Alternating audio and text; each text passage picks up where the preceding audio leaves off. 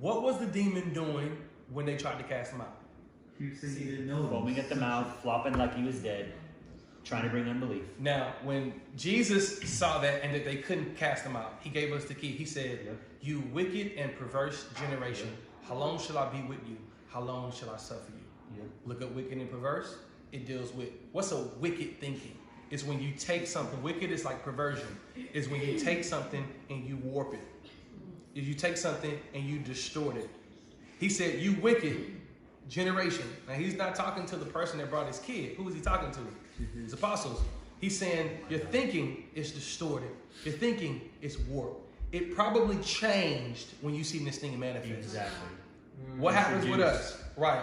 When someone says, "Can you pray for me?" We're like, "Oh, yes, I call. Girl, be healed." Wheelchair, we're like, "Whoa." Our thinking changes. Vic, can you get this one? Hey, can you guys help me pray? What happened? The size of the problem. Oh, wicked and perverse it. Exactly. Changed our view. Changed our conviction. Changed our perspective. Now we're like, maybe I need to pray more. Maybe I need to fast. And then we move into works to try to gain something that faith is supposed to get. Now, Jesus did say, he said, it's because of your unbelief. Yeah, because of your unbelief. Why couldn't we cast it out? Your unbelief. What is unbelief? Well, I believe a little bit of this. I believe a little bit of that. That's what it would have been for them, because they did believe that they could cast it out because they wanted to lay hands. But when they seen what was taking place, it produced unbelief. It flipped their perspective just that quick. What they seen flipped it just like that. So it was really their faith that was the issue. Okay? And so Jesus tells them, howbeit this kind of demon, this kind of unbelief comes out with fasting and prayer. Okay, you taught on that, right? Okay, so spending time with God supposed to really change our what? Perspective. That's all it does. That's it. That's what it's about.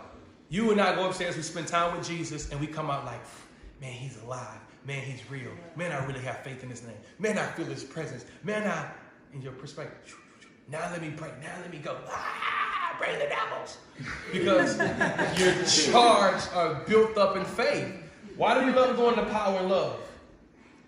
What do they do? What Tyler do? Testimonies. What's he trying to do? Change your what? That's all he's trying to do. Faith rises. We can create on purpose an environment of hidden faith. We start sharing stories. Wow. Man, I remember this. I was doing an exercise at the school. I called this kid up and do exercises at the college on healing. I had no idea he actually had pain. I was just like, hey man, can I use it as an example? Yeah. He stands up. I touches his knee. I'm like, hey, this is how you guys pray. You just use the name of Jesus. Da da da da da.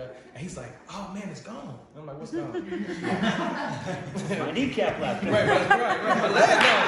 Now, I don't need your leg to be gone. I feel like I'm warping now. But he had pain in his knee, and I didn't even know it.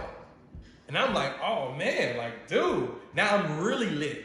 I'm like, oh yeah, whatever y'all got today is getting out. Who's next? But just to hear that built faith. Yes, sir. So Romans 12 tells us all the gifts, do them according to the measure of faith that you have. You're going to prophesy to the measure of faith. Wow. You're going to heal to the measure of faith, view, conviction that you have. I have a question. Yes, sir. So, if you're praying for a person